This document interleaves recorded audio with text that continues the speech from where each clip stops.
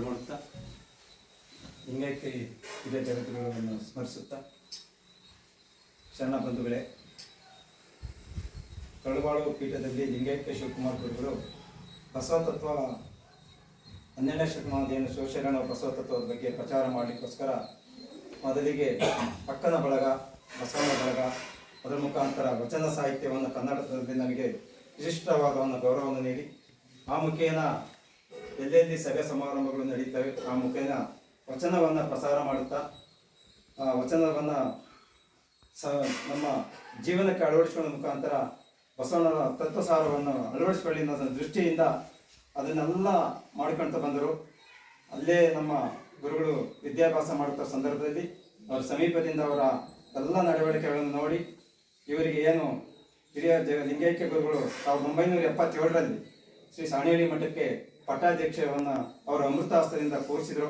ಅವತ್ತಿಂದ ಇವತ್ತುವರೆಗೆ ಅವರ ಆಯ್ಕೊಟ್ಟ ಸನ್ಮಾರ್ಗದಲ್ಲಿ ನಮ್ಮ ಪಂಡಿತಾರಾಧ್ಯ ಸ್ವಾಮೀಜಿಯವರು ಶಿವಶರಣರ ಏನು ಆಸಕ್ತಿ ಬಸವಣ್ಣನ ನೇತೃತ್ವದಲ್ಲಿ ನಡೀತೋ ಎಲ್ಲರೂ ವಚನಗಳನ್ನು ಮತ್ತು ಅದರ ಆದೇಶದಂತೆ ತತ್ವಗಳನ್ನು ನಾವು ಅರಿತುಕೊಂಡು ಅದರ ನಡೆ ನುಡಿ ಎಲ್ಲವನ್ನು ಮಾಡಬೇಕು ಅಂತ ಹೇಳ್ತಾ ನಮ್ಮ ಗುರುಗಳು ಒಂದು ವಚನ ಬಳಗವನ್ನು ಕಟ್ಟಿಕೊಂಡು ಏನು ಶಿವಕುಮಾರ ಕಲಾಸಂಘ ಆಗಿರ್ಬೋದು, ಬಸವ ಸಂಚಾರ ಆಗಿರ್ಬೋದು, ದೇಶ ವಿದೇಶಗಳಲ್ಲಾಗಿರ್ಬೋದು, ಅದರ ಜೊತೆಗೆ ರಂಗಶಾಲೆಯನ್ನು ಕಟ್ಟಿ 4,000ರಿಂದ 5,000 ಅಂತ ಗ್ರೀಕ್ ಮಾದರಿಯ ರಂಗಮಂದಿರವನ್ನು ನಿರ್ಮಾಣ ಮಾಡಿ ನಮಗೆ ಒಂದು ಸಾಂಸ್ಕೃತಿಕ ಈ ಭಾಗದ ಜನಗಳಿಗೆ ಒಂದು ನಾಡನ್ನೇ ಮಾಡಿಕೊಟ್ಟಿದ್ದಾರೆ. ಅವರಿಗೆ ಅನೇಕ ಪ್ರಶಸ್ತಿ ಪುರಸ್ಕಾರಗಳು ಬಂದಿದ್ದಾವೆ. 1912ರಲ್ಲಿ ಕುವೆಂಪು ವಿಶ್ವವಿದ್ಯಾಲಯದಿಂದ ಅವರಿಗೆ ಡಾಕ್ಟರೇಟ್ ಪದವಿ ಸಿಕ್ಕಿದೆ. ಅದಾದ ನಂತರ ಆಳ್ವಾಸ್ ನುಡಿಸಿರಿ ಸಿಕ್ಕಿದೆ. ಕರ್ನಾಟಕ ಸರ್ಕಾರದಿಂದ ರಾಜ್ಯೋತ್ಸವ ಪ್ರಶಸ್ತಿ ಸಿಕ್ಕಿದೆ. ಅದೇ ರೀತಿ ಇಳಕಲ್ ಮಠದ ಪ್ರಶಸ್ತಿ ಸಿಕ್ಕಿದೆ. ತೋಟಂದಾರ್ಯ ಮಠದ ಪ್ರಶಸ್ತಿ ಸಿಕ್ಕಿದೆ. ಅನೇಕ ಸಂದರ್ಭದಲ್ಲಿ ಅವರಿಗೆ ಪ್ರಶಸ್ತಿಗಳು ಸಿಕ್ಕಿದೆ. ಮೊನ್ನೆ ಕಳೆದ ಈಗ 15 ತಿಂಗಳಲ್ಲಿ ಸಿದ್ಧಗಂಗಾ ಶ್ರೀಗಳ ಪ್ರಶಸ್ತಿ ಸಹ ಅವರಿಗೆ ಲಭ್ಯವಿದೆ.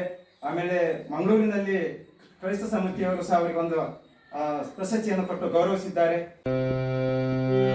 ಗುರುವಿಗೆ ತನು ಕೊಟ್ಟು ಲಿಂಗಕ್ಕೆ ಮನ ಕೊಟ್ಟು, ಗುರುವಿಗೆ ತನು ಕೊಟ್ಟು ಲಿಂಗಕ್ಕೆ ಮನ ಕೊಟ್ಟು, ಜಂಗಮಕ್ಕೆ ಧನವ ಕೊಟ್ಟು,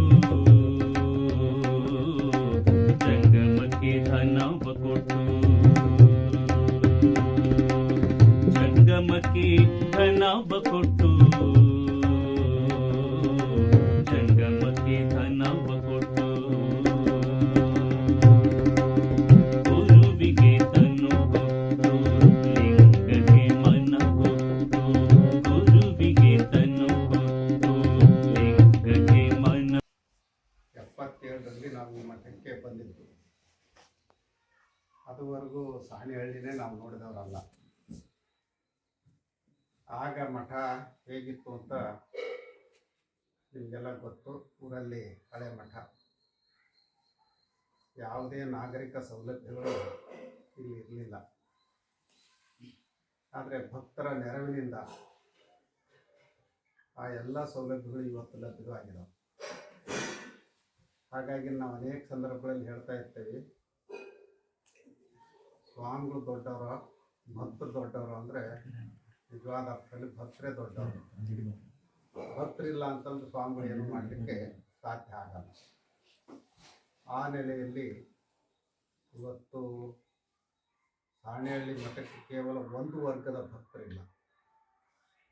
ಈ ನಾಟಕೋತ್ಸವದನ್ನು ಗಮನಿಸಿದರೆ ಅಥವಾ ಇಲ್ಲಿ ಆಗುವಂಥ ಬೇರೆ ಬೇರೆ ಚಟುವಟಿಕೆಗಳನ್ನು ಗಮನಿಸಿದರೆ ಎಲ್ಲ ವರ್ಗದ ಭಕ್ತರು ಕೂಡ ಸಾಣೇಹಳ್ಳಿ ನಮ್ಮದು ಅನ್ನುವಂಥ ಭಾವನೆಯನ್ನು ಬೆಳೆಸ್ಕೊಂಡಿದ್ದಾರೆ. ನಾವೊಂದು ಸಾರಿ ಹಿರಿಯ ಗುರುಗಳನ್ನ ಕೇಳಿದ್ವಿ. ಅವಾಗೆಲ್ಲರೂ ಸಿರಿಗೆರೆ ಮಠ ಕೋಟ್ಯಾಧಿಪತಿಗಳ ಮಠ ಅಂತ ಕರೆಯೋರು. ಆದರೆ ಆ ಸಂದರ್ಭದಲ್ಲಿ ಇನ್ನೂ ಒಂದಿಷ್ಟು ಮಠ ಸಾಲದಲ್ಲಿತ್ತು, ಸಿರಿಗೆರೆ ಮಠ. ಆಗ ಗುರುಗಳನ್ನ, ದೊಡ್ಡ ಗುರುಗಳು ಅಂತಂದ್ರೆ ಇವ್ರನ್ನ ಕೇಳಿದ್ವಿ. ಜನ ಎಲ್ಲ ಕೋಟ್ಯಾಧಿಪತಿಗಳ ಮಠ ಅಂತ ಹೇಳ್ತಾರೆ, ನೀವು ಹೌದು ಅಂತ ಒಪ್ಕೊಳ್ತೀರಿ, ಆದರೆ ಮಠದ್ದೇನೋ ಸಾಲ ಐತಲ್ಲ ಅಂತ ಕೇಳಿದ್ವಿ. ತಕ್ಷಣ ಅವ್ರು ಹೇಳಿದ್ದು, ಹೌದ್ರಿ, ಈಗಲೂ ನಾವು ಕೋಟ್ಯಾಧಿಪತಿಗಳೇ. ಯಾಕೆ ಅಂತಂದರೆ ನಮ್ಮ ಮಠಕ್ಕೆ ಸಾರದಿಂದ ಹಿಡಿದು ಮಾರ್ವರೆಗೂ ಅದ್ರ ಒಳಗಡೆ ಯಾವ್ಯಾವ ಜನಾಂಗಗಳು ಬರ್ತಾರೋ ಅವರೆಲ್ಲರೂ ನಮ್ಮ ಮಠ ಸಾದರು ಮಾದರು ಎಲ್ಲ ಒಂದೇ. ಅದು ಕೇವಲ ಸಿರಿಗೆರೆಗೆ ಮಾತ್ರ ಸೀಮಿತ ಅಲ್ಲ, ಸಿರಿಗೆರೆಯಿಂದ ದೇಶ ವಿದೇಶಗಳವರೆಗೂ ವ್ಯಾಪಿಸಿದೆ. ಅವರೆಲ್ಲರ ಸಂಖ್ಯೆ ಎಷ್ಟು ಅಂದರೆ ಕೋಟಿ ಇದೆ. ಮತ್ತು ಇವೆಲ್ಲ ನಮ್ಮ ಮಠದ ಆಸ್ತಿ ಅಲ್ಲೇನೋ ಅಂತ ಕೇಳ್ತಾ ಇದ್ದೀನಿ. ಅಂದರೆ ಮಠದ ಆಸ್ತಿಯನ್ನು ಬಹಳ ಜನ ಹಣಕಾಸಿಂದ ಗುರುತಿಸ್ತಾರೆ. ಆದರೆ ನಮ್ಮ ಹಿರಿಯ ಗುರುಗಳು ಮಠದ ಆಸ್ತಿ ಅಂತಂದರೆ ಭಕ್ತರು ಅಂತ ಭಾವಿಸಿದ್ರು. ಆ ಭಕ್ತರು ಅಂತ ಭಾವಿಸಿದ ಕಾರಣಕ್ಕಾಗಿಯೇ ಮೊದಲೆಲ್ಲ ಸಿರಿಗೆರೆ ಮಠವನ್ನು ದುಗ್ಗಾಡಿ ಮಠ ಅಂತ ಹೇಳಿ ಅವಹೇಳನ ಮಾಡ್ತಾಯಿದ್ರು. ನಾವು ಬಂದಾಗಲೂ ಕೂಡ ದುಗ್ಗಾಡಿ ಮಠ ಅಂತಲೇ ಕರಿತಾ ಇದ್ರು. ಆದರೆ ಇವತ್ತು ಅದನ್ನೊಂದು ದುಡಿಯುವ ಮಠವನ್ನಾಗಿ, ದುಗ್ಗಾಡಿ ಶಿಷ್ಯರನ್ನು ದುಡಿಯುವ ಶಿಷ್ಯರನ್ನಾಗಿ ಮಾಡಿದಂಥವರು ಶಿವಕುಮಾರ ಶಿವಾಚಾರ್ಯ ಸ್ವಾಮೀಜಿ. ಆ ಪರಂಪರೆಯಲ್ಲಿ ಬೆಳೆದು ಬಂದಂಥವರು ನಾವು ಕೂಡ. ನಾವು ನಮ್ಮ ಮನಸ್ಸಿನಲ್ಲೂ ಸ್ವಾಮಿಗಳಾಗಬೇಕು ಅಂತ ಯೋಚನೆ ಮಾಡಿದಂಥವ್ರಲ್ಲ. ಈಗ ತಾನೇ ಇಲ್ಲಿ ಹರೀಫ್ ಅಂತ ಹೋದ್ರೆ ನೀವು ನೋಡಿರಬೇಕು, ಅವರು ಪ್ರಜಾವಾಣಿಯಲ್ಲಿ ಕೆಲಸ ಮಾಡಿದಂಥವ್ರು. ಈಗ ಅವ್ರದ್ದೇ ಆದಂಥ ಒಂದು ಚಾನಲ್ ಮಾಡಿದ್ದಾರೆ. ಅವರು ನಮ್ಮನ್ನೊಂದು ಪ್ರಶ್ನೆ ಮಾಡಿದರು, ನೀವು BA ದಲ್ಲಿ ರ್ಯಾಂಕ್ ಬಂದಿದ್ದೀರಿ, MA ದಲ್ಲಿ ರ್ಯಾಂಕ್ ಬಂದಿದ್ದೀರಿ, ನಿಮ್ಗೆ ಯಾರು ಹೆಣ್ಣು ಕೊಡಕ್ಕೆ ಮುಂದೆ ಬಂದಿರಲಿಲ್ವಾ ಪ್ರಶ್ನೆ ಸೂಕ್ತವಾಗಿದೆ. ಅದಕ್ಕೆ ನಾವು ಹೇಳಿದ್ವಿ, ಕೊಡಕ್ಕೂ ಬಂದಿದ್ರು, ಮದುವೆ ಆಗೋಕ್ಕೂ ಮನಸ್ಸಿತ್ತು.